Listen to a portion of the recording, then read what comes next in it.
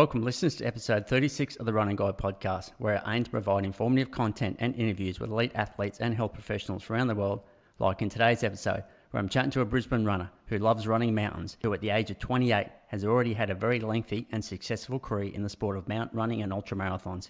He's the newly crowned 6-foot champion. Welcome to the Running Guide podcast, Ben Duffus.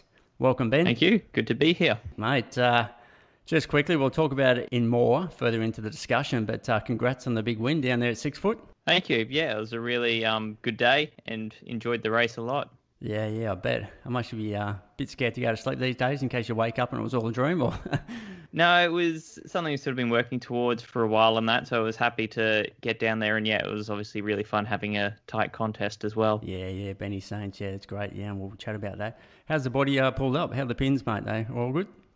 Yeah, fortunately pulled up pretty well. I spent another week down in the Blue Mountains after the race, which it was just torrential rain for the whole week. So that kind of helped with taking it extra easy that week to recover.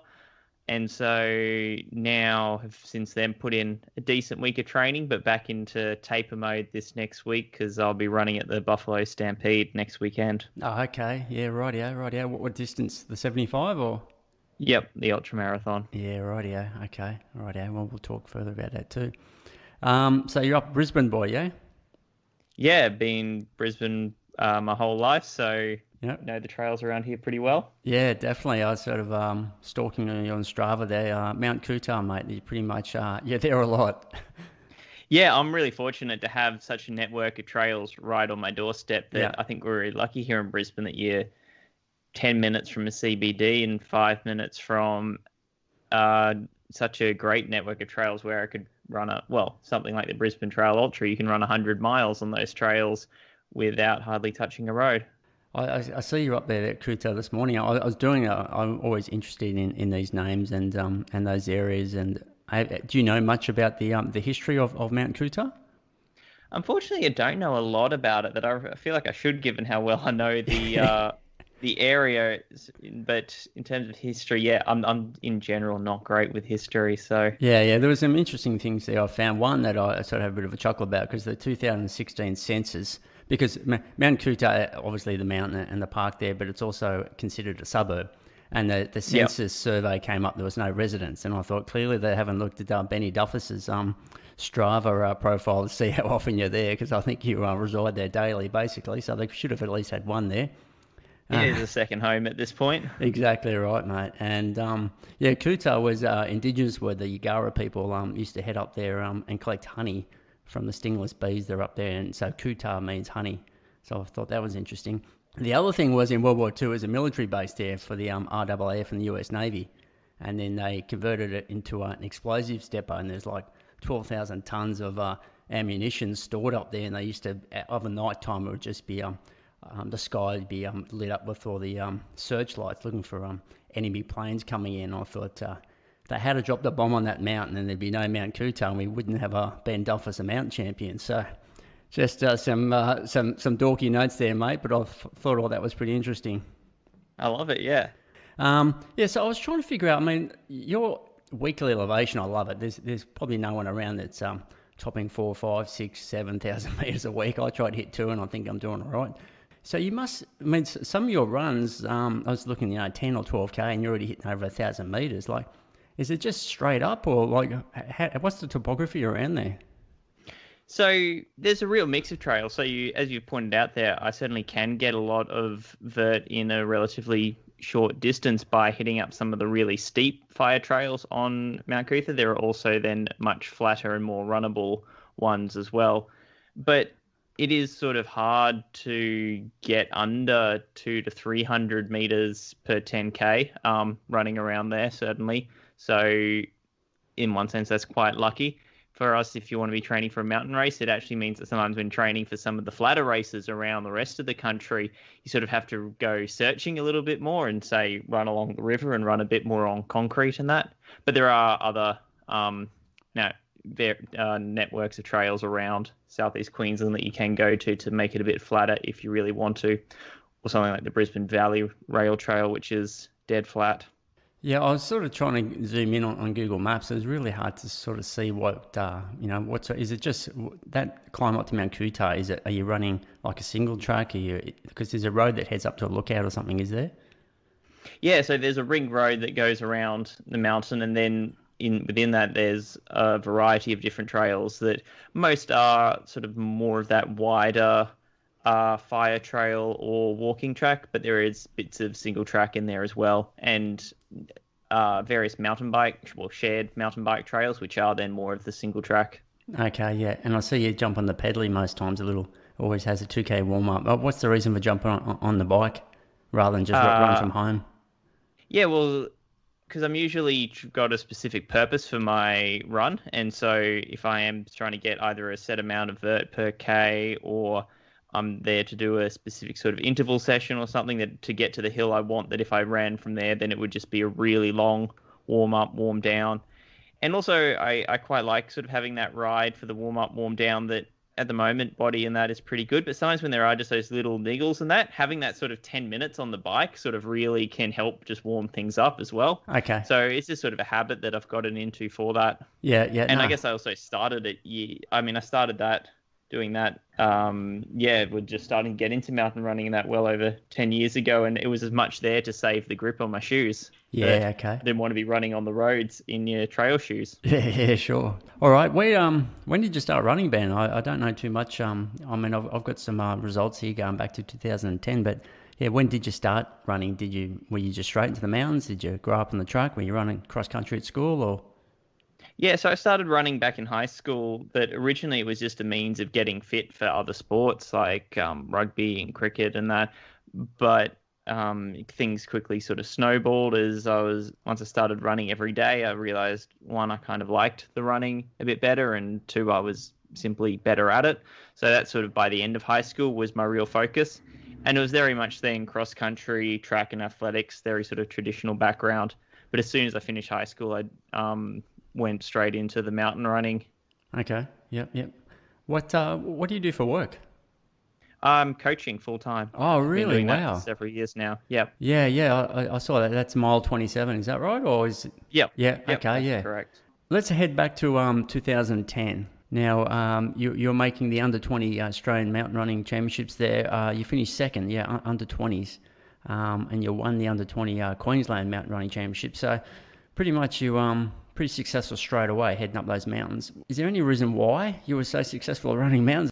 So I'd always preferred sort of hilly courses in cross country and that over flatter courses, and always had just preferred cross country over track and roads in high school and that. So I guess that's sort of why I was sort of quite attracted to making that step up into the mountain running. I was quite lucky sort of where I grew up and where I was just naturally training, running around home, that I had Mount Coot-tha on my doorstep, and even the suburb I lived in was quite hilly. I only sort of really came to appreciate that the following year in 2011 when I made the Australian team again, but the championships that year were held in Brisbane. So I'd invited the various other juniors who'd gone to world championships the year before. We were all mates. So I said, since the champs are in Brisbane, come just stay at my place.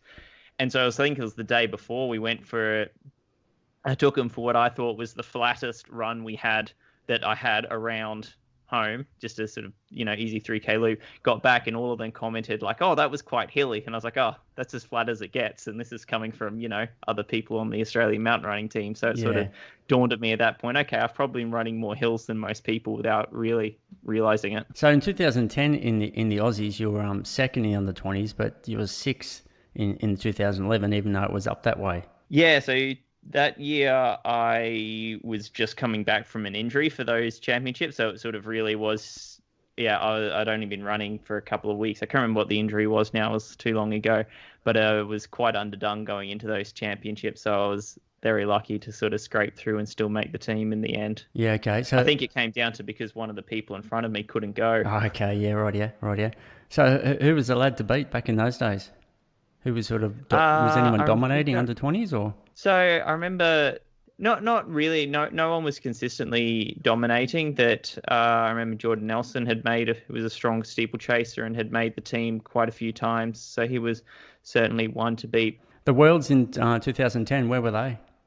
They were over in Slovenia, and that was I mean, I've been to quite a few World Championships since then, and to be honest, that one still stands out as one of my favorites. And I think obviously there's an element of, it's your first, so it's really memorable and it has such an impactful experience, but it was just really well organized.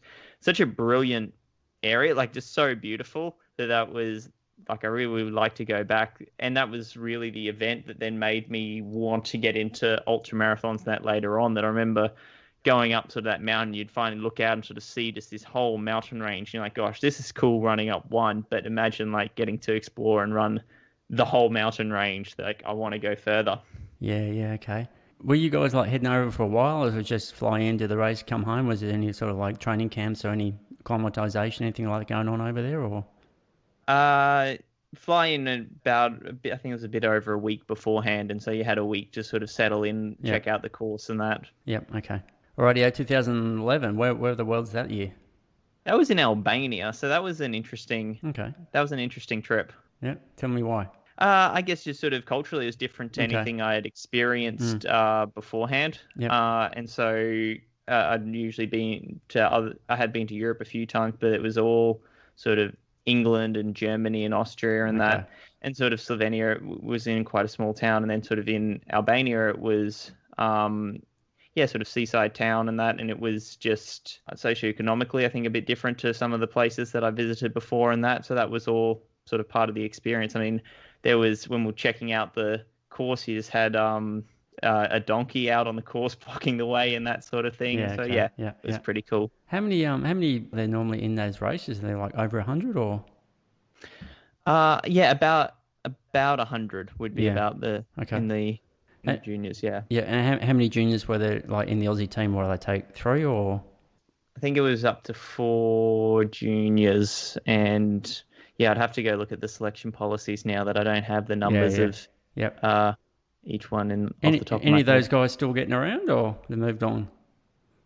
Yeah, well, so one of the guys ran with that first year in Slovenia, Benjamin Buckingham. I see him, he's been to the world champs now for steeplechase and that, so a few getting around. A couple, Annabelle and Rosie, they both went off to the States to do college over there, sort of on a scholarship from their running and that. So, and Harriet Smith did the same. So, been a few. Okay, yeah.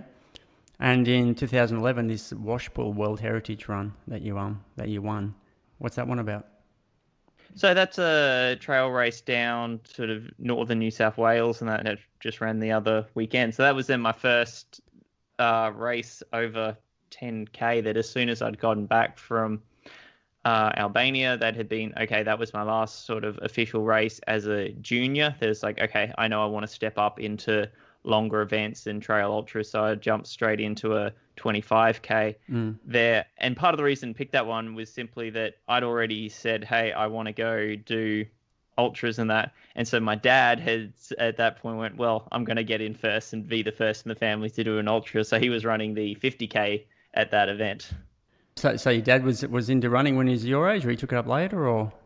No, so we kind of got each other into it. That it was, as I said, when I was starting to run in high school, that part of that decision, like, I'm going to start running every day to get fit. Well, Dad had been, his whole adult life had been running, a couple of times a week to just stay generally fit and healthy. And so because he was doing that, I said, well, hey, how about we both run together in the morning so that, keep each other motivated and that. And so, as I said, it snowballed for me, but it sort of snowballed for him at the same time. And that at first, when we started off, he was fitter and faster than me. And so, the motivation was, you got to try and catch Dad. And then once you could sort of consistently run with him, we started, I had to start tacking on extra little loops so that he would have a bit of a handicap, and then we'd still have to try and catch him later on. And as I gradually got fitter, as I got older, the handicaps would gradually extend. Yeah, unreal. That's good. Were you doing any road running, or have you just always been on the trails? Yeah, so I haven't really done any road running since I was a teenager. That while I was in high school and doing the mountain running and that as a junior, I was still dabbling in a little bit of road running, but I never really took that as seriously, that I'd always enjoyed the cross country and the mountain running more. And frankly, I was getting injured a lot on the track and road. That was part of the motivation to move more to the trails. Yeah. Now I see this Kokoda Challenge in a couple of years, but that you've done it. So 2012, was that the first year you did it? It's down there as a business team, so you're doing it as like a corporate race, is it, or? Yeah, so the reason I was down as a business team was simply that. So it's a team event. So you run in a team of 4 doing 96 Ks, like the distance of the actual Kokoda track. And so the reason that was simply in a business team was that a mate had managed basically to get his employer to fund the team, because you have to raise a bit of money for their charity. Okay. And so his company had said, okay, we'll fund the team. So that made us a business team.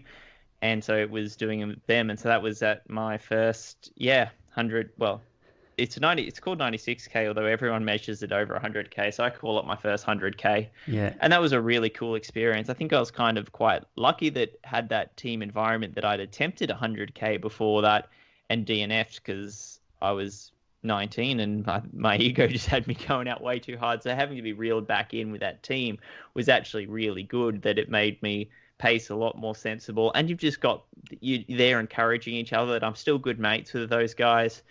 And that it was, such a great experience, as you would just be pushing each other along and having to, sort of always monitor who's feeling strong, who's, tiring a little bit more, and then trying to make sure that you never push anyone over the edge. Okay, so that's a fairly professional annual run that's still going, or? Yeah, still going every year, and quite a big event. Right, yeah, and teams It's from all around the world. predominantly hikers. There are usually only a handful of teams that are running it per se. Right. But so it is quite a large event, and there are also school teams, which it blows my mind. Like they do half the distance, they do 50K. But, we pass them at the end, and they're still running at that. And I just kind of look at them and it's like, gosh, I could not do what you're doing right now at your age. Yeah. And it's all supportive. You've got to carry all your own stuff. And there are checkpoints where you can see crew and that along the way. Okay, yeah. And weather can be atrocious, like torrential rain and humidity, and I can imagine mud. And is it everything? I mean, some years obviously be different to others, but it must be tough. Yeah, some years it can be quite pleasant. I've done the other years where, it was super muddy and you were slipping around quite a lot, and that's just part of the challenge. Yeah. And it's always the same point to point?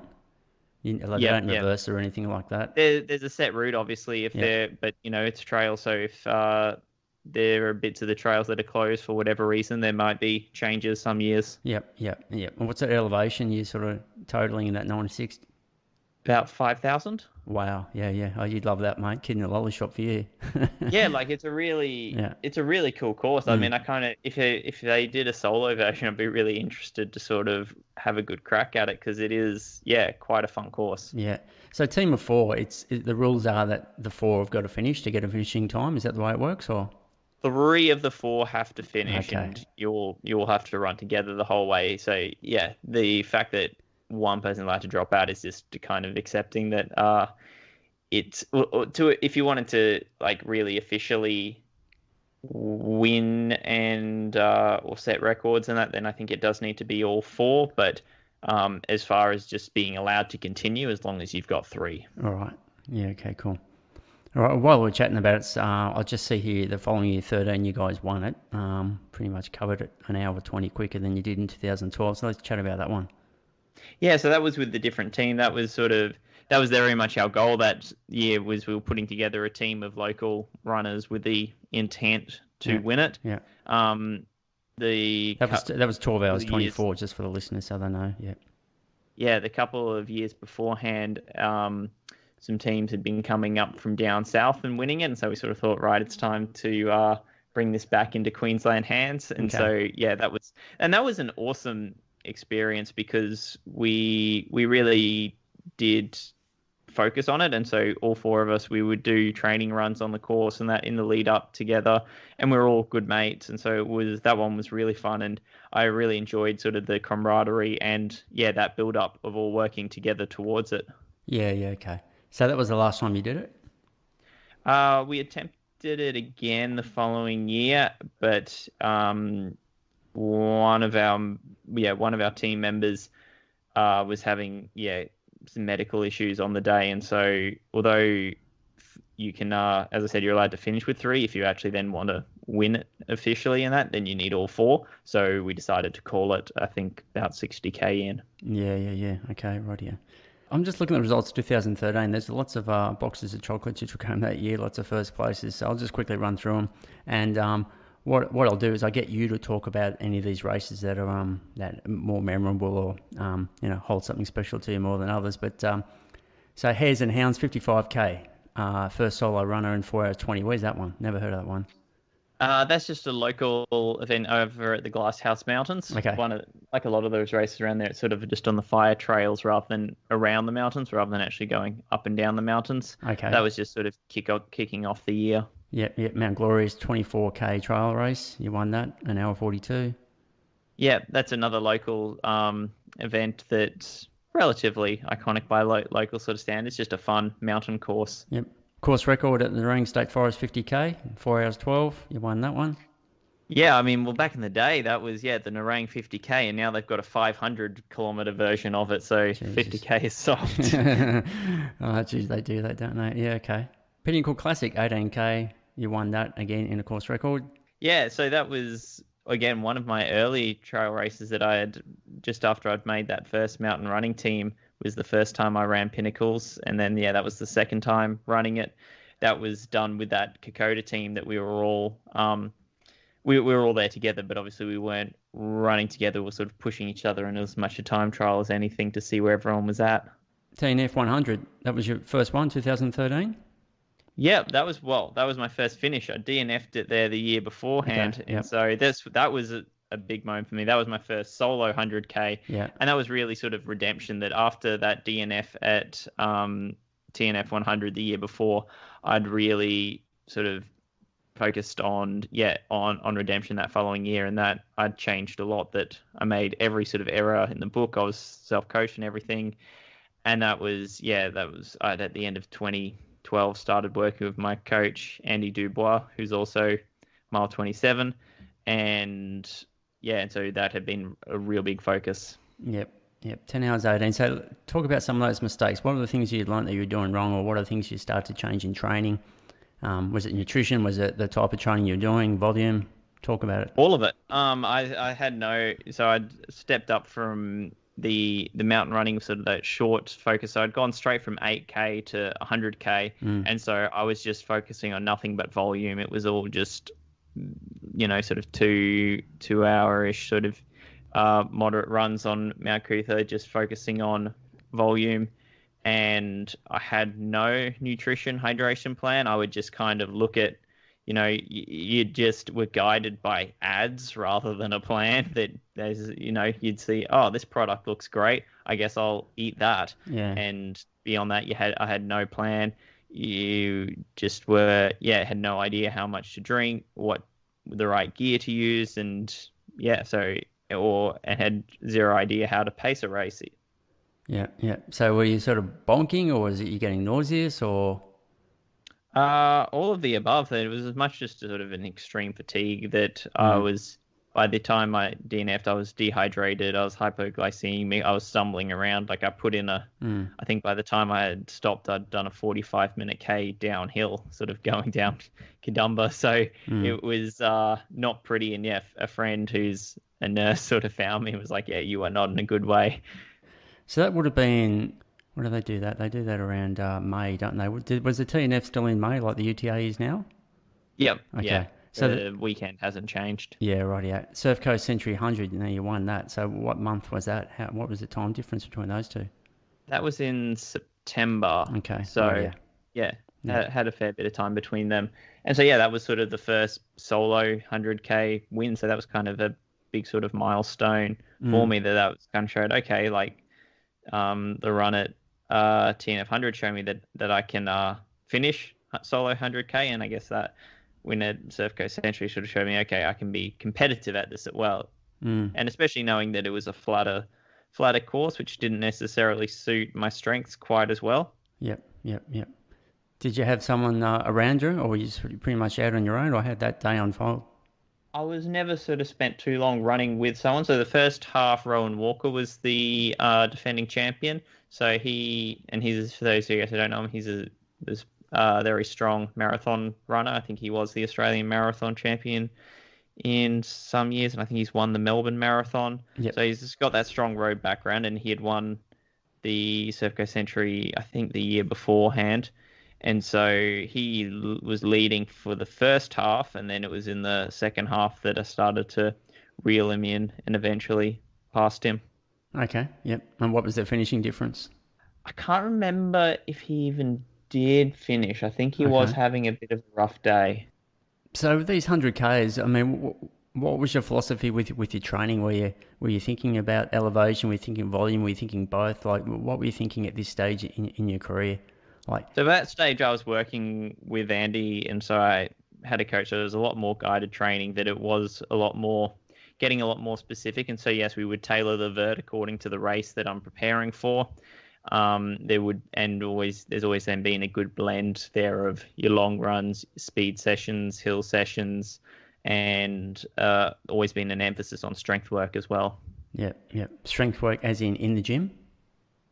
I mean, a lot of it is primarily body weight exercises and Okay. focusing more on muscular endurance or more dynamic and plyometrics Yeah. rather than trying to load up and improve your one rep max. Yep. But Yep. yeah, No, it's just when you say strength, just make sure you didn't mean just running up and down stairs or hills. You actually mean in the gym doing, like yeah, isolated one leg I stuff. do mean Yeah. yes, doing more specific, Yep. traditional strength work in that Yep. sense. And you've continued that on since then? You're still doing that today? Yeah, I still am in the gym twice a week, Yep. every week basically. Yeah. Oh, excellent. All right, let's move on to 14. There's a bit there. Well, let's go TNF. 100, you've picked up a couple of places. There you finished fourth. No, fifth in 9:56. Yeah, so that was trying to, improve upon that first year. And that was a really eye-opening experience, that race, because I remember I had really focused on, I wanted to get to Queen Vic. So that was the first time it was UTA and the first time they went with the new and current course. And so I really wanted to get to Queen Vic still feeling strong and good. And then my plan was see what happens in those final 22.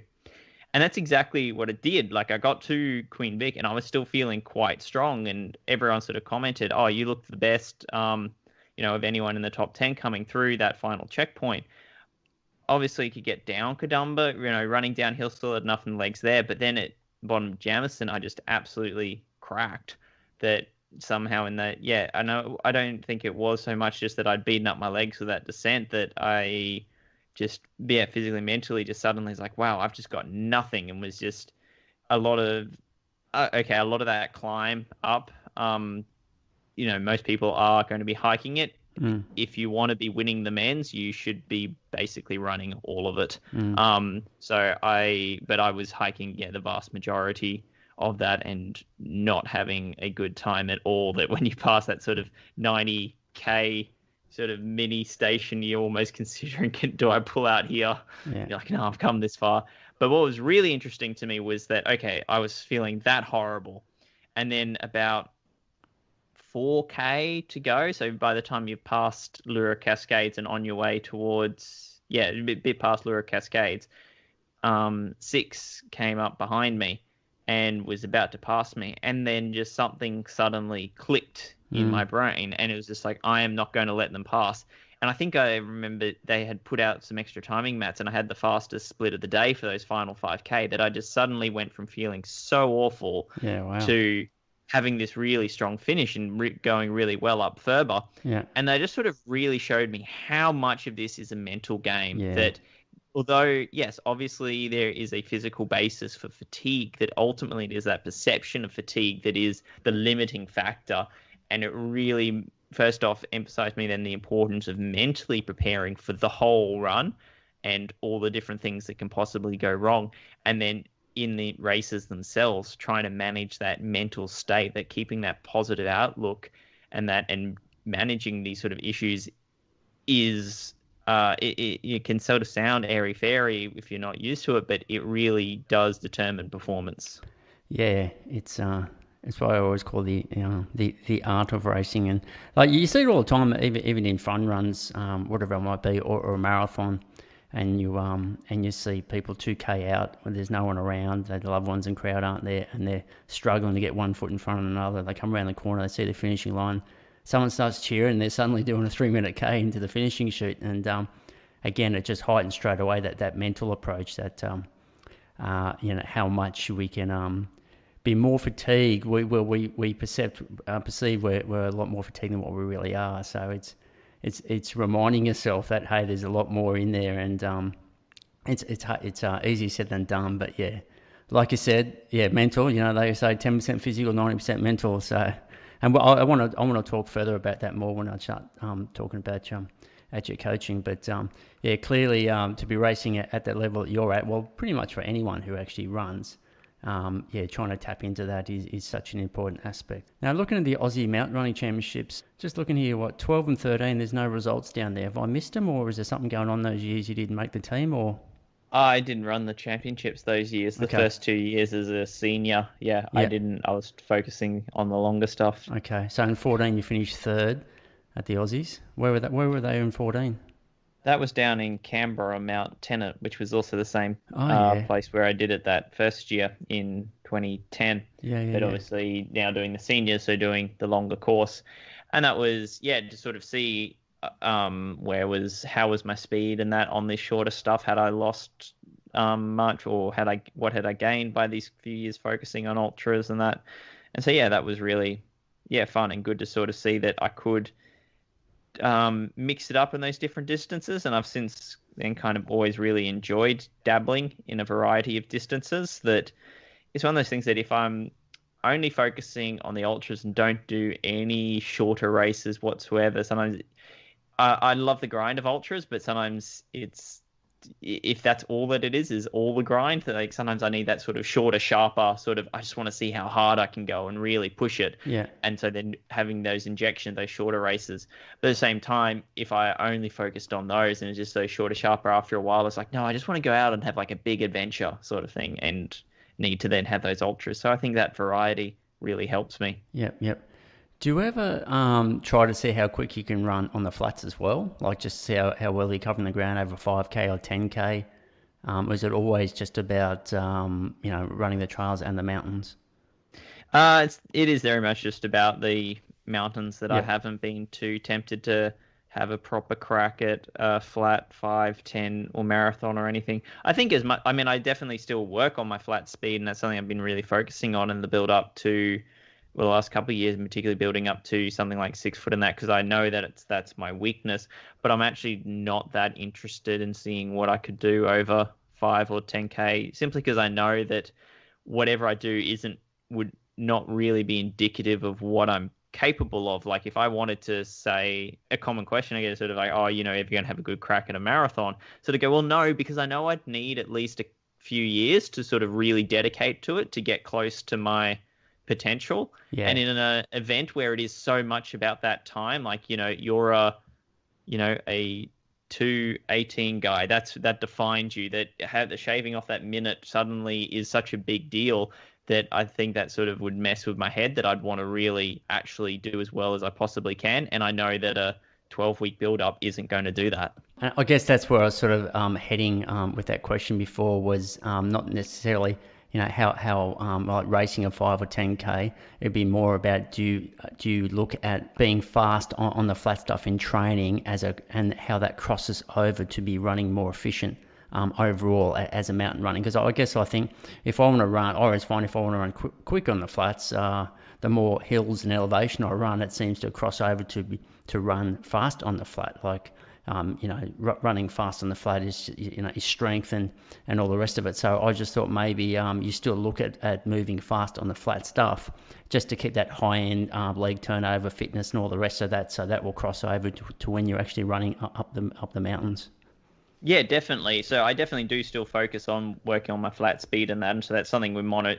We measure progress in training, not necessarily through distinct time trials and that, but more through the sessions and that you're doing and comparing historically to your other sessions. Yep. But I definitely agree that, yes, there is a fair bit of crossover. And also, even when you are doing these super mountainous races, there's still usually a flat section, unless you're doing a VK. If you in any ultra, something like Ultra Trail Australia is a great example that it will expose any weakness you have, because it's got a mix of these really flat runnable sections, of these hills, of these stairs, and so you need to be able to do it all. Yeah, that's right. 2014, the World Mountain Running again. Where'd you go that year? So that year, 2014 was the year I did 3 different world championships, I think. So there was the Skyrunning World Championships, which I did the ultra marathon. Yep. That was in Chamonix. So that was the Mont Blanc 90K. Back then they called it the Mont Blanc 80K, and they haven't changed the course at all, but now they accept that it's actually 90K. Oh, really? Wow. Changed the name. Just a little 10K difference. Yeah. Yeah, it's one of those things. You're there, you sort of, you're looking at your watch and you sort of like, this is going to be longer than 80K. Yeah. But yeah, I sort of knew enough of the course that I wasn't looking at the distance on the watch too much, because, not to trust tech. And then there was also the World Long Distance Mountain Running Championships, which was the Pike Peak Ascent. Oh, okay. Over in the States there, isn't it? Yeah. So that was...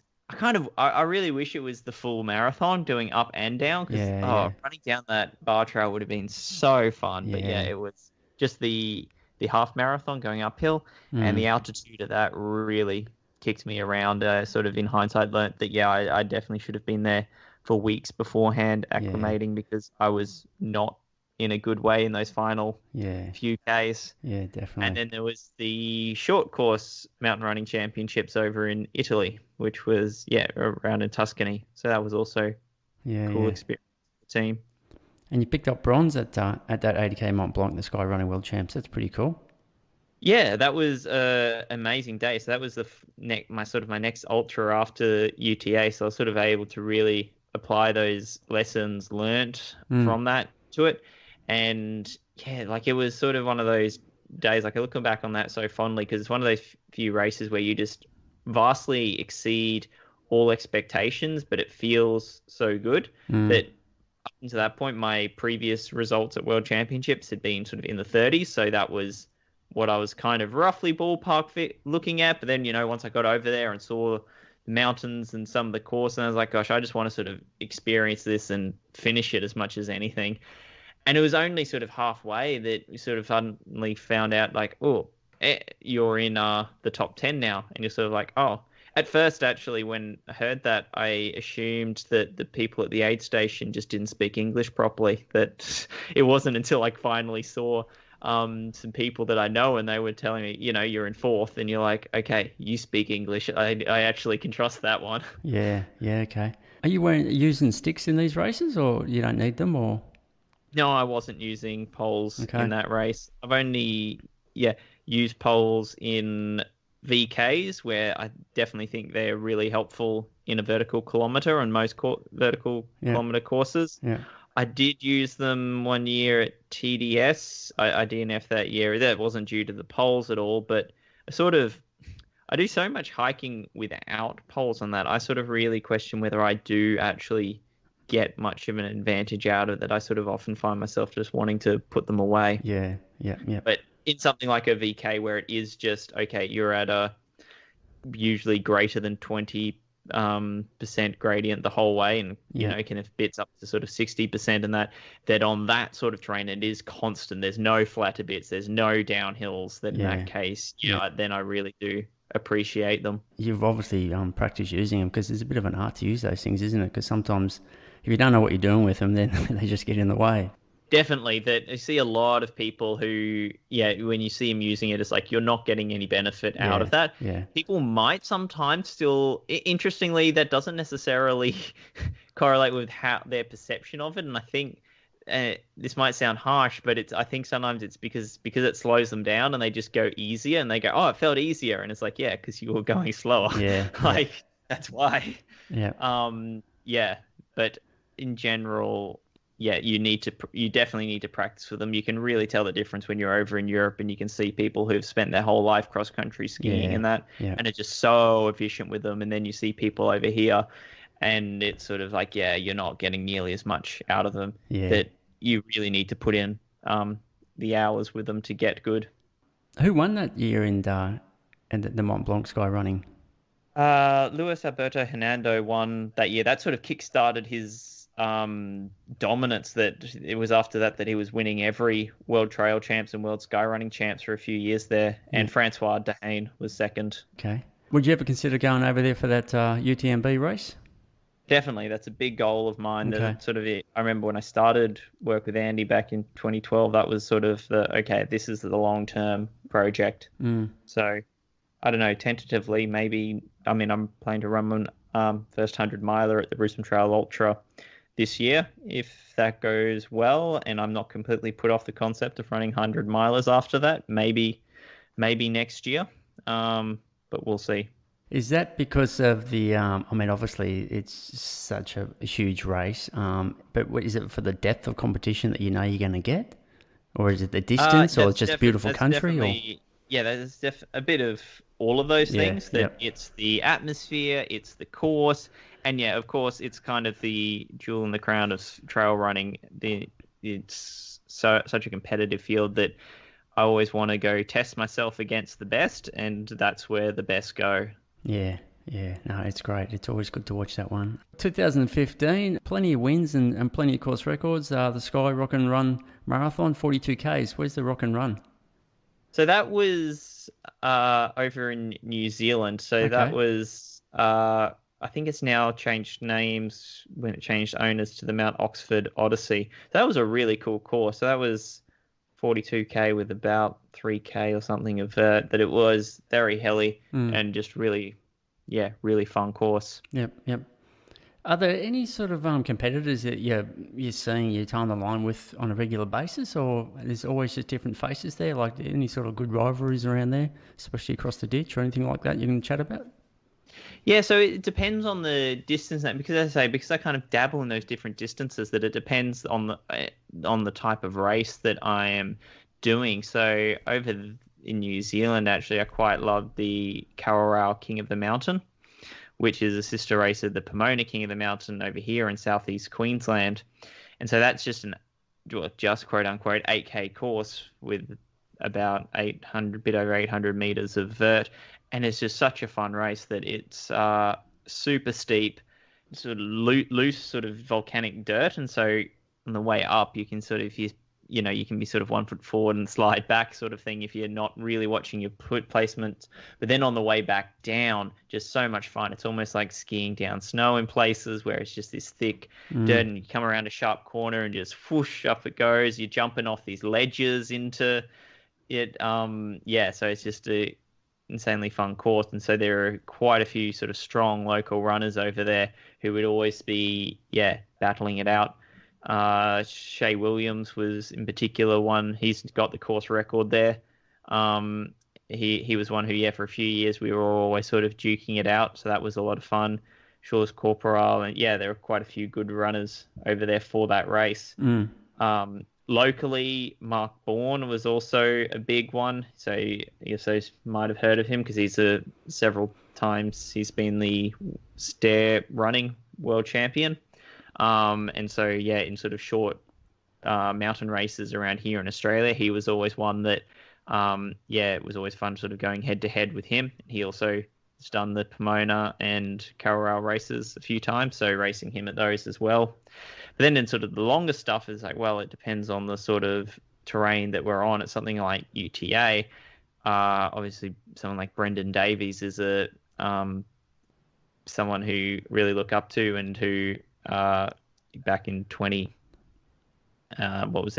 was the last time he did it, where he won it 7 minutes ahead of me. That was a really fun race where from halfway on it was just every report I got, he's 7 minutes ahead, he's 7 minutes ahead, he's 7 minutes ahead. And so Yep. And then he's probably getting the reports too. He's 7 minutes behind. He's not pulling you in. He's not pulling you in. I remember. Maybe I didn't race that year, or maybe I did, and you guys, probably still out there. But I remember listening to that commentary where we were sort of curious to see who was going to come up those stairs first. But yeah, it was a good one. That was Well, it's always the hard thing when you're in front, though, because you're always getting very delayed information that at okay. least when you're coming from behind, someone can, at the aid station can, okay, see when they come through, seven, okay, boom, they can tell you exactly. Whereas when you're coming into the aid station and you're the one in front, you can only be told what the gap was at the previous aid station. So you go, oh gosh, have they made up any time since then? So Yeah. it can be a little bit more stressful when you're the hunted rather than the hunter. Looking at around 15, 16, 17, there's lots of VK. You're doing a lot of those. Was that part of a series that you were doing? I was meant to be doing longer races, but got injured. So by the time I'd already paid to be flying over to Europe and all the accommodation, I was like, well, I may as well do something while I'm over there. And the good thing about a VK is that you can sort of really, you can cross train really well for them because it is so low impact because it is so steep uphill. Yep. And so doing a lot of cycling and elliptical and strength work and that for those. So even though I was not running a lot in the build up to that, could still, be prepared enough to do the race. And they can, I imagine that they can vary so much between like basically you just feel like you're climbing boulders and rocks rather than getting any sort of free movement as a runner. Yeah, so the courses can vary a lot, like just as with any sort of trail race, that some of them are a lot more technical than others, where it is a bit more scrambly, as you sort of hinted at, whereas others it is more just going straight up a ski field. Ah, right. And how close do they have to get to that K? Like, can they be a couple hundred meters over, or? Yeah, some are, plus or minus sort of usually 50 meters, Okay. usually more likely to be plus because, it's one of those things where it's like if it's called 100K and it was 99K, people are upset. But if it's 101, people aren't upset. Yeah. Well, at VK, you got to, I mean, surely you want to run your 1,000 meters. Exactly. Yeah. Exactly. But yeah, so some of them are slightly long, but they're generally pretty good because it's one of those things you can just sort of shift the start line up or down the mountain a bit accordingly, or move the finish. Some of the finish lines, obviously, if it's at like a summit at a mountaintop, then that's a fairly set location. But again, a lot of them will also just kind of finish 100 meters away from the summit, sort of thing, so that it is basically bang on 1,000 meters. Yeah. You mentioned they're second behind Brendan in 18 in the UTA. What about 16? You finished second there in 9 hours 39. So what's that 15 minutes difference? Who got you that day? That was Pau Capel. So okay. That was sort of when he was just sort of getting. That was kind of really his breakthrough year, actually. I think that when he started posting wins all around the world, and he did obviously dominate he's now after that, didn't he? Yeah, basically. So that was cool. But yeah, he's a great guy. When I did the Skyrunning World Champs that year, they were over in Spain, and so I stayed with him for a week, and we trained together and that. So that was really fun. Now, I want to think with the UTA 100, what are you actually doing it this year, or? Yep. You're doing the 100, yeah, right, yeah, okay. Yep. So how many are you up to now? What am I up to? I think this will be my 6th start, aiming for my 5th finish. Right, yeah. 6th start, 5th finish, yeah. So that DNF, that was the first one, wasn't it? Yeah, that was the first one back in 2012. So a couple of seconds there, clearly looking not to be bridesmaid anymore. What obviously, you must know that course so well now, but what have you learned over those years? Like, what are you doing differently this year? Is there anything different in nutrition or something you've sort of tweaked a little bit in your training, or what do you feel you need to do? You never know, obviously, who's going to be there. You can only do your best on the day, but what do you feel you need to do more to be able to win that race? Yeah, so as you hinted at one sense, you got to really focus on yourself rather than the competition, because if, a better athlete turns up on the day, then so be it. So you're really focusing on just executing the best race possible. So a few things that obviously just generally having put in 9 years of solid training since I first attempted it, just generally building up that strength and fitness. But a big emphasis has been, as we sort of discussed, that the mountains and usually be more of my focus than that. And so often the stairs and that have been my strength. And it's been the flatter stuff, particularly in the first half, has been a bit of a weakness. As we sort of said at 2018, that was Brendan put in that gap in the first half, which is a bit flatter, more runnable, which suits his strengths a bit more, and then just held steady after that. And so I have sort of been trying to focus on that sort of flatter speed that we chatted about earlier. And that was why, so 6 foot this year, that was really a part of that I it's a flatter, more runnable course, and so it was there to serve as, a measuring stick to see how it had gone, and also as a motivator for all that more runnable training to try and motivate me to keep going at it, because it's usually not what I enjoy as much. Yep. So focusing on that in terms of training, and then really dialing in nutrition, hydration. That I've actually collapsed in several races over the years, and so it's taken a few years of sort of doing a lot of various testing. That I've been working with Steph Gaskell down at Monash University quite closely, and we've sort of been really getting to the bottom of what's going on. And I think we've sort of sorted that out now, and so really dialing in that nutrition, hydration. And so hopefully that is also now going to also pay dividends and help with sort of getting those final few percent out.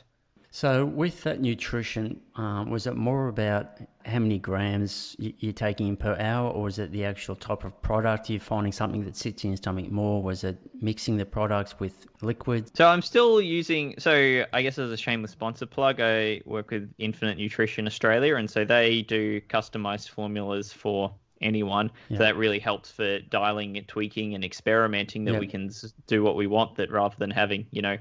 3 products to choose from, you have infinite to Yep. choose from. Yep. So that's really helped. So I'm still focusing on purely liquids, because I find that's all that sort of sits well. That if I try and put in something more complex like solids and that no, I'm working too hard, and my gut won't tolerate that. So it is just basically sugar, salt, and water, but it's Yep. getting that right sort of solution. So the types, get the types of carbohydrates. And a big one has also been looking at those fluid needs and sodium needs, that Yep. finding out that, okay, I have a very high sweat rate, which sort of just comes from probably from basically spending a lifetime of heat acclimation, living and training in the tropics. Yeah. And then also, though, a very high sodium concentration in that sweat. And so, just trying to make sure that we're meeting those needs. That's probably, why I was probably not, taking in enough there. And so that was why I would just be accumulating these large deficits that by the time you're sort of several hours in would be having issues. And you did a test for that to find out how much sodium you're losing? Yeah, so I did a sweat test, and I've done various other gastrointestinal analysis down there, that they put you on a treadmill for 3 hours, probe you with everything, and really look at what's going on. So was it more running low on energy, or were you actually having GI issues? A combination of different things. That with genuine collapse, and it seems like possibly hyponatremia was a factor in those, although because we never actually had a blood test after a point of collapse, it's kind of speculative and looking at sort of the other data there. So that was often a factor of just general like dizziness and feeling faint and extremely sort of low on energy. But then also there have been some indications in those various tests of gut digestion sort of slowing down. And so basically, even though you're putting stuff in, you're just not absorbing it any longer. Yep. And so that was then, other problem to address. And in doing so, have you basically been training on that solution that actually has more in it, or are you actually dialing back how much you put in towards the tail end of the race when you can't absorb so many grams, or?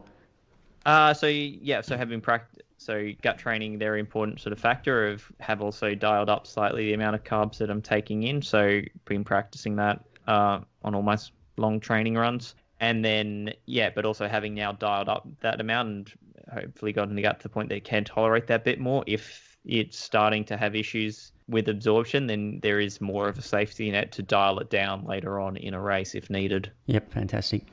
2018, you picked up the Australian Mountain Running Championships. That was when it was down in Tassie, wasn't it? Yeah, that was a really great course going up Mount Wellington. I really enjoyed that one. It was also, it was kind of hectic weather at the top, that it was raining and windy, and so you're sort of getting blown off the mountain. Yeah. And so, it was kind of, you won your first Australian title, and you sort of just sprinting straight past the finish line into sort of shelter to try and like get warm clothes on. Yeah, I remember seeing the camera in the photos. Yeah. So that was 12K, was it, or 8? What was the distance on that? About 10K. So it will vary a little bit each year, but the official distance now for those races is around 10K. And how did that unfold? Was like, where'd you get away, or were you out front from the go, or how did it go? No, I definitely wasn't out the front from the go. I was back around. That's I might have been outside the top 10 sort of at the start, but people tend to start off really enthusiastically. How flat is it And before you head up the hill? yeah, there was only a short stretch of flat, so I think from memory there's only maybe 100 meters or so of sort Oh, of okay. flat running Yeah, before right. you start the climb. Yeah. And it did start off with a bit of a steeper pitch. And so I just kind of backed myself, okay, people are going to burn themselves out on that first steeper pitch. And so as soon as it then leveled out after, a K or so into the race, that was when you could tell sort of people had burned too many matches early on because although from the field and those people around me, I probably would have been one of the slowest over, a flat 5-10K. That was when it leveled out was when I started actually passing people because my legs were still fresh and they'd probably cooked themselves a little bit. 19, you've won it again, mate. Where was 19? That was Brisbane. That was, Okay. yeah, it's the same course as in 2011, Yeah.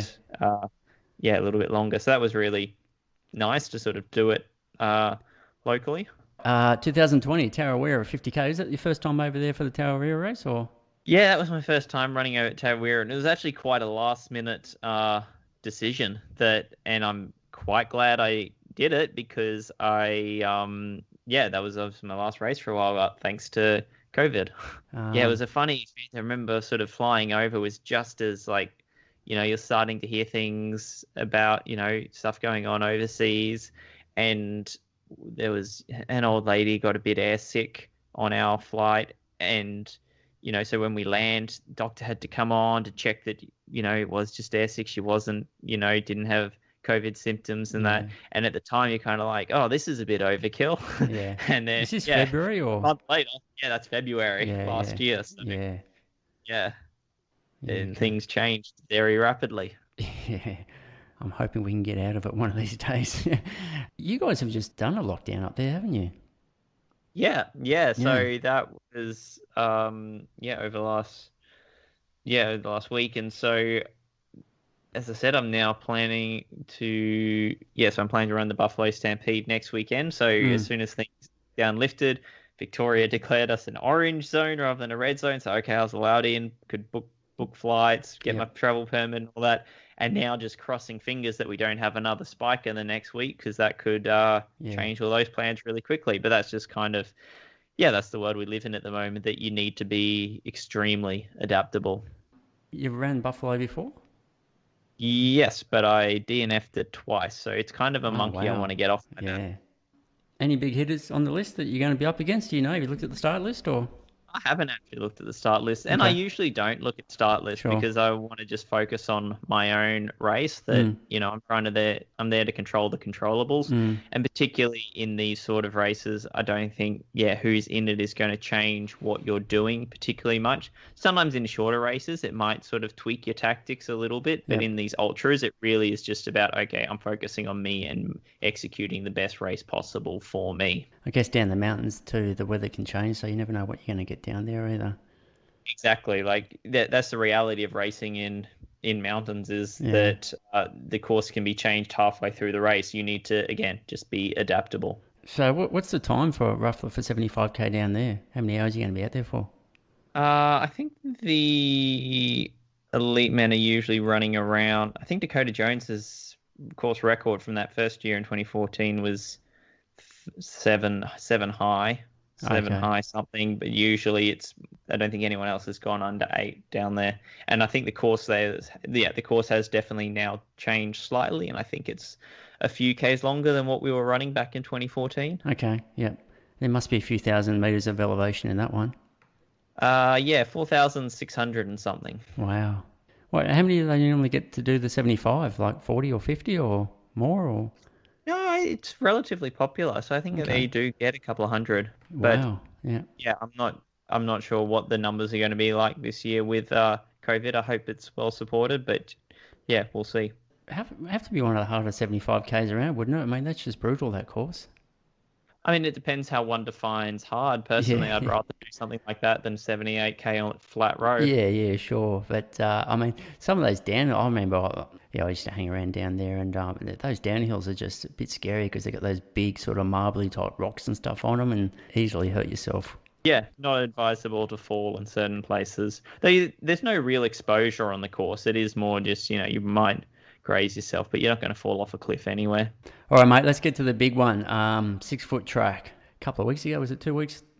2 weeks today? It must be. Yeah, Yeah. it must be that. All right, first question. Were you going into that race to win it? You get out of bed and said, I'm going to win this today? Or was it more that I'm in bloody good shape and I reckon if things go well, I'm in with a chance to win it? Yeah, obviously thinking more just I'm in a chance to win it, that don't think you can ever get too cocky in ultra marathons that will come back to bite you. That it was more, as I've alluded to throughout this conversation, about focusing on yourself and executing your own race. Now, the start, I mean, obviously different year, sort of a rolling start, off the bus, head down and off you go. I haven't really spoken to anyone who's done it, so I'm not really up with it. But from what I could see from the live stream, it looked like you guys, rather than start 30 seconds apart, it looked like you guys were sort of started together. Is that right? Or Yeah, so for the first wave, they did do more of a mass start. We had to socially distance in the corral area, but Right. it was a mass start. Whereas then for the following waves, they would then actually do the rolling start. But that was simply, yeah, so that they didn't want to have, as we've seen in some races in the last sort of year, where people cross the line in first and then someone crosses the line 2 minutes later and they're actually the winner because of this rolling start. So yeah, just try and get around that. Though it was still going by chip time rather than gun time because of that. Because even if you were at the back of the corral because of the social distancing, you still add sort of 10 seconds. Fortunately, I knew that the other people in contention sort of for the win were all there right on the front, so that wasn't going to be an issue. All right, let's talk through that race. When did it start to split up? Yeah, I mean, I don't really have a strong awareness of what was going on sort of behind me. So I was the first onto Nelly's. Okay. So, and I know at that point it was because of all the rain and that Nelly's was just a slippery waterfall. So was kind of partly strategic there to get first. So I could just set the pace as being a conservative one. And I know I had David Byrne and Ben St. Laurent sort of were the couple behind me because we were sort of chatting on the way down. And they certainly were in agreement that, hey, let's not take any silly risks, that if you add an extra, 30 seconds going down and didn't break an ankle, that's probably worth it.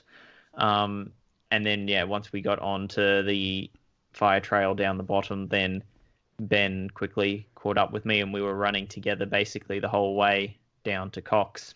What was your mindset then? What were you thinking? This is sort of what I was.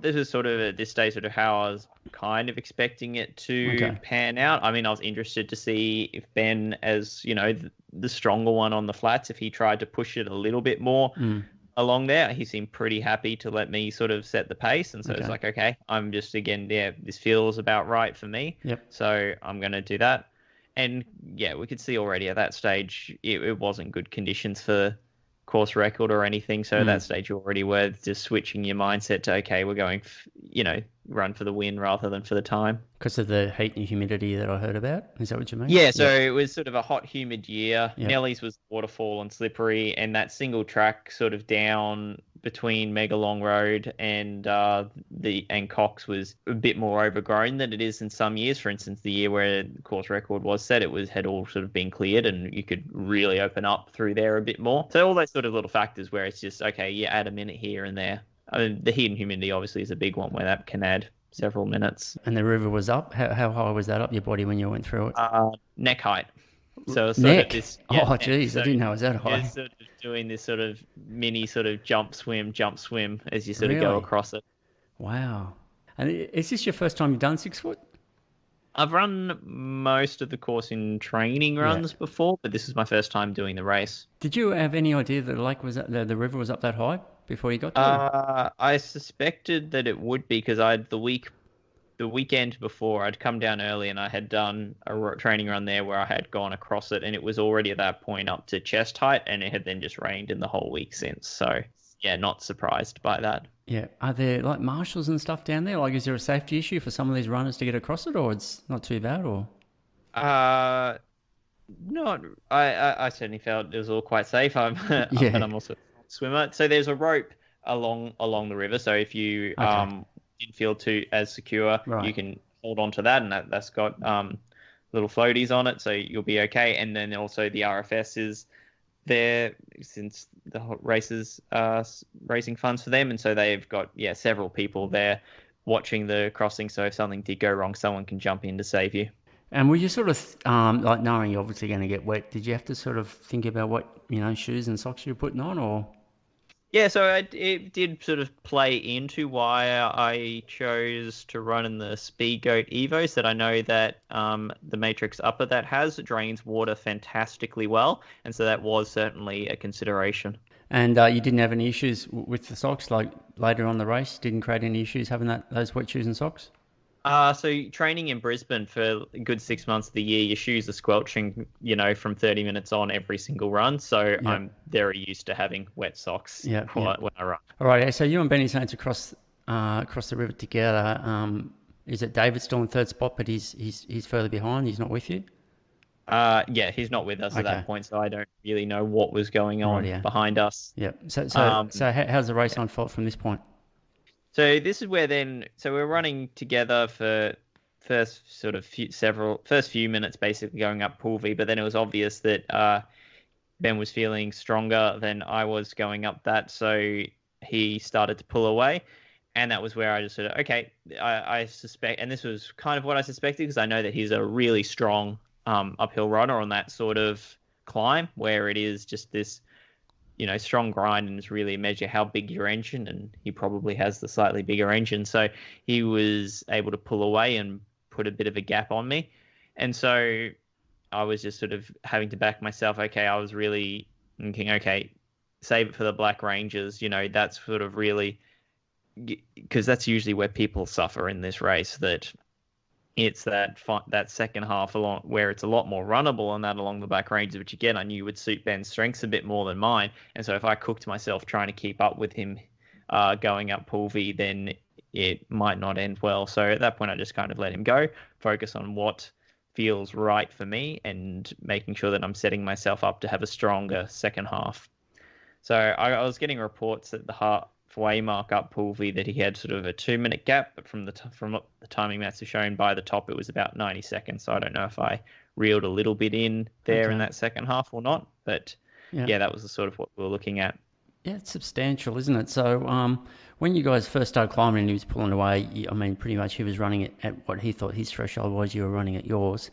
Did that gap open up quite quickly then? Like, did you go, wow, he's Relatively quickly, yeah. He yeah, sort of really did pull away quite quickly, and so it kind of reaffirmed in your mind that it's like, okay, this was the right decision, because if he mm, is pulling away that quickly, then you would have had to work a lot harder to keep up. You're not just, then once we got up to the top, he was sort of just in sight sometimes. okay. It depends how straight the road is. Were you trying to stay positive at that stage? You're thinking, I'm still in this. I'm running at my threshold, or were you thinking, well, maybe it's second? At this point, I was really thinking, okay, well, first off, that the best you can do on your day is the best. So is your best. So focus on just executing the best race possible for you, Yep. rather than focusing too much on what other people are doing. But I'd also sort of knew that, okay, this is what you were then setting myself. This is what I've been setting myself up for. Was Yep. okay, we want to run strong here along these Black Ranges. So at that point, it's like, okay, let's just see if we can slowly reel them in. And Yep. that was pretty much then how those next to 10, 15K sort of panned out. That it was just, as I said, you could see him sometimes. So every time you sort of round a corner and have a bit more of a straight, be like, oh, I think I've made 10 meters. Mm, mm, 5 minutes later, see him again and be like, I think I've made another 10 meters, mm. sort of thing. And just be patient. That don't get carried away trying to put in a surge to catch him. Just Yep. if you are reeling him in at what feels correct, then Yep. that's great. You're making ground. Just keep backing that. Keep backing yourself. And your energy levels were pretty constant. You weren't having too many lows, or worried that if something was going to creep in, or you felt pretty good.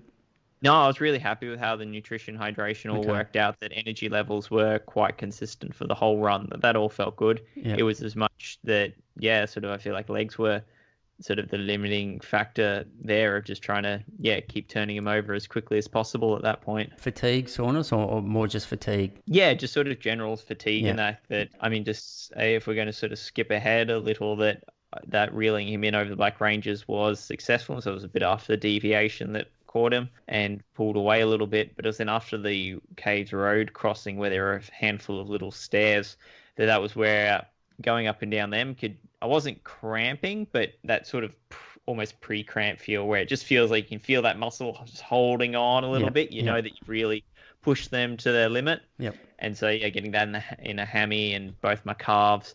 And so that was sort of the point where, okay, I knew I'd pulled away a little bit. And so I just kind of dialed it back just that couple percent to try and not cramp. Okay. Yeah. So how many Ks out was that when you started feeling that?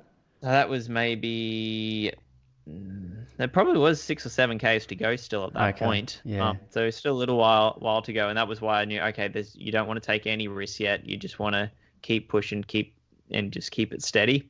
Yeah. And I sort of figured with the downhill descent, that kind of suits my strengths. And so if I did get caught and I had to at that point then take some risks to try and get the lead back, then that was okay. But there's no point risking cramping before then, because if that forced me into a walk, then obviously you're going to get reeled in super quickly. Was Benny wearing a road shoe or a trail shoe?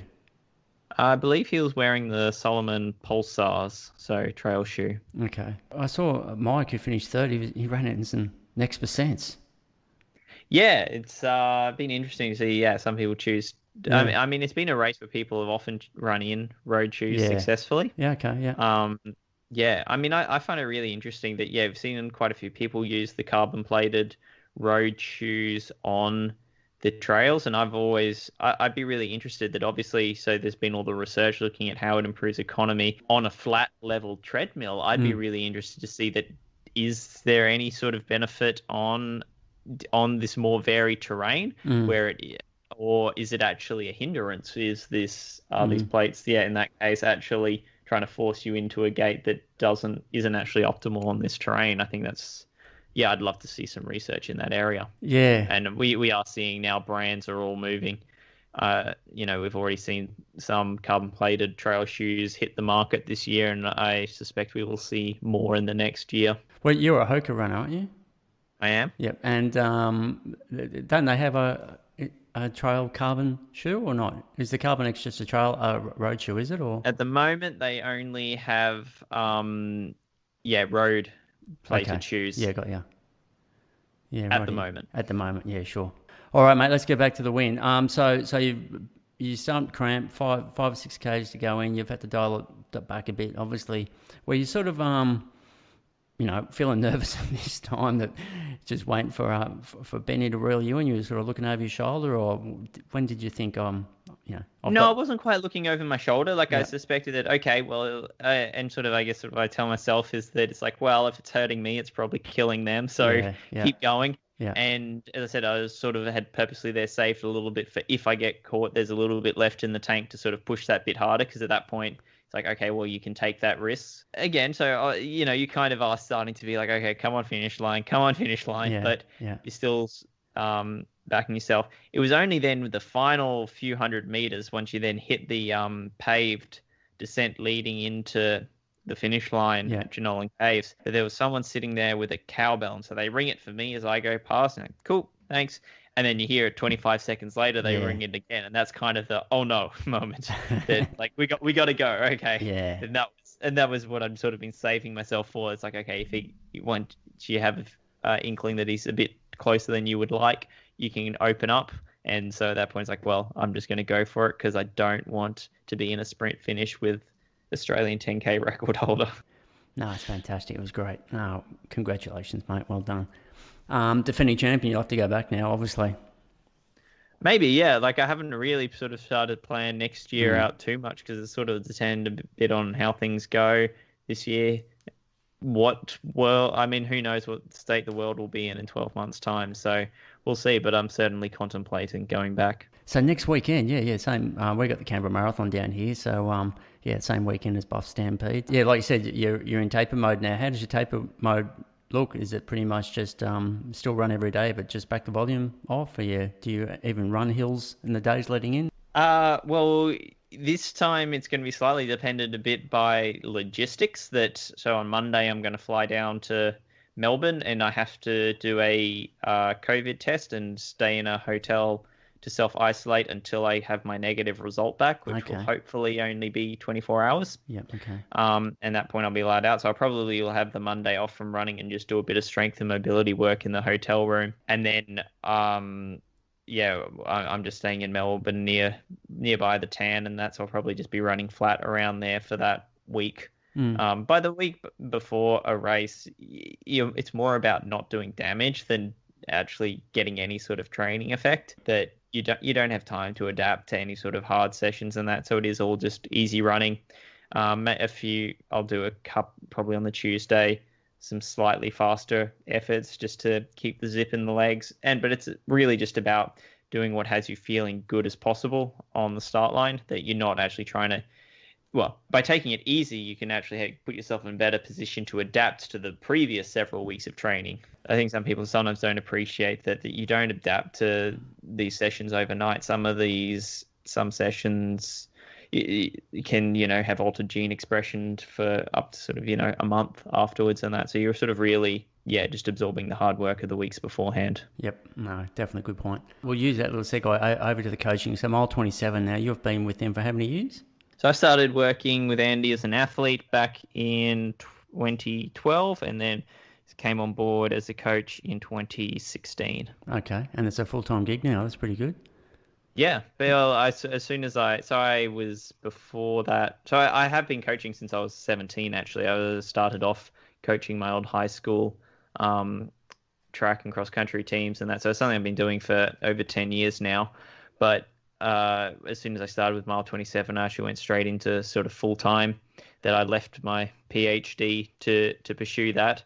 And that was a bit of a risk that, of course, when you start, you have 0 athletes. So bit of a financial risk there, but then back yourself to sort of build it up gradually. And fortunately, so far, that has worked out for me. Yeah, okay. So you got a university degree in? My bachelor's was in physics. Okay. And I was doing a PhD in theoretical quantum physics, but knew that academia wasn't for me, so I left that to pursue coaching full time. And since then, I have also done a master's in sports coaching. So you're writing up, are you like doing mainly online stuff? You guys got little groups that you're doing up there, or how's it work? At this stage, I'm purely working remotely with predominantly ultramarathon runners, and trail runners of all sort of different distances. So that's as much that logistically that's what works out for people, that in ultra running and trail running it can be such a niche that you don't necessarily have enough people training for the same event at the same level, and it's convenient for them to train at the same time. And so that's sort of where the remote coaching works really well. Now, we sort of touched on the mental philosophy and having that attitude on race day. How do you go about getting that into the heads of the guys you coach? I mean, it's a hard thing to teach someone, because you need to experience it so many times before the penny drops type thing. But I always find it's a hard thing to express to someone in words. It's like they need to suffer so many times before they can understand it. But how do you go about doing that? Exactly, and it's very nuanced that it depends on the person. That some people can come in, so it comes down a lot to communication, to sort of getting that read on people, what is going through their head, and how are they coping with these different things. And then finding different things will resonate with people differently, that you can use the exact same, you can tell the 2 people the same thing, and one will take that on board and the other won't. So you've got to take a very personalized approach. And then it comes down to, testing in races and that. So there might be various lead-up races, just building experience over the years as you learn lessons from each little race. And then training is also then that sometimes you can simulate various challenges in training. That can be where you see how do they cope with various harder sessions or long sessions. If they're doing a run where they need to run through the night and that, how do they cope with a bit of night running and those sorts of things. That it really comes down to finding testing a person, sort of seeing where do their mental strengths and weaknesses lie, and then having those conversations around that accordingly. And what about yourself personally? Have you sort of obviously doing, the VKs and all the long runs, and been plenty of times when you've actually had to say, come on, mate, let's keep it going. It'll be all over soon. But are there certain mantras or any key words or anything that you sort of go to remind yourself that, to get you through those hard times? And the second part of that is where there is similar things that tended to happen earlier on, you feel you're sort of on top of by just approaching it differently mentally. One common one that I think works well for most people is keeping it all in perspective, that it's like, well, I've chosen to be here, that when it gets hard, that was the point, that I wasn't there for a walk in the park. If I wanted to walk in a park, I would have gone, well, walk in a park. I wouldn't have signed up for an ultra marathon. So when it gets challenging, it's reminding, okay, great, this is why I'm here. I'm here to challenge myself. I am here to test myself.